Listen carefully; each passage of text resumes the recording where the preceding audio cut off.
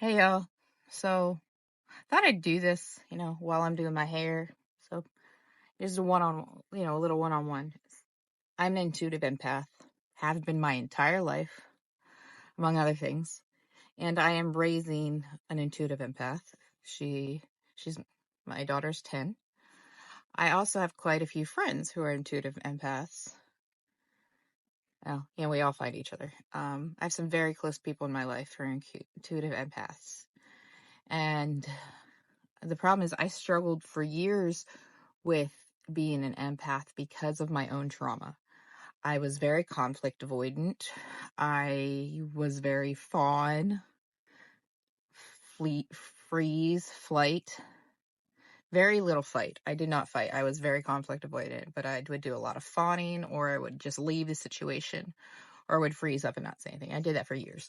Now, fast forward, I'm 40. I've been in acceptance and conditioning therapy, cognitive behavioral therapy, CBT,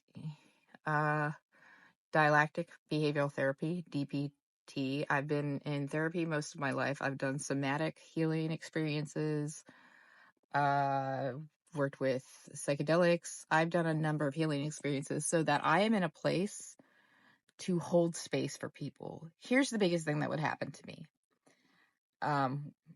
I could feel that someone was angry, and I would take it very personally, and I would shut down, and I would get upset, especially if there was somebody in the house with me. And what would happen is I forgot, or I didn't even realize, because I was so caught up in my own anxiousness around feeling this anger from someone, that I forgot they were entitled to feel angry. They weren't yelling at me. They weren't being mean to me. They weren't being rude. They weren't even talking to me, really. They had a bad day and they hadn't been able to leave it behind, and they brought it into the house, into their home, into their sanctuary, and was doing things they needed to do and to calm down. But because I was such a mess, I couldn't allow them to just quietly work through their anger. I had to make it about me. And looking at it now, yeah, it sucks. It sounds very egotistical, but when you're in that space of constantly trying to survive as an empath, you make it about yourself. And that's really not fair to the person, especially when you're living with people. People are entitled to their emotions, and they don't always have to talk about it out loud if they're working through it. Same with anxiety. When I was growing up, my family members, who had their own anxieties about things, I could constantly feel it. And I didn't understand how to block it, how to shield it, how to just hold space from it. So now a lot of times what I'll do is I'll wake up every day and I'll tell myself, okay, we're going to cleanse and release everything. We're going to grow spirit, ground our soul into the earth. And we're going to shield out everything that is not mine. It doesn't mean I don't understand it. It doesn't mean I don't empathize. I just don't take it on myself. But I'm also going to zip up my own shit. It is not fair for me to be leaking my shit out around everybody else. It is not fair for me to be going around causing chaos in my life because I cannot zip up what is mine and know how to unzip it around the right people.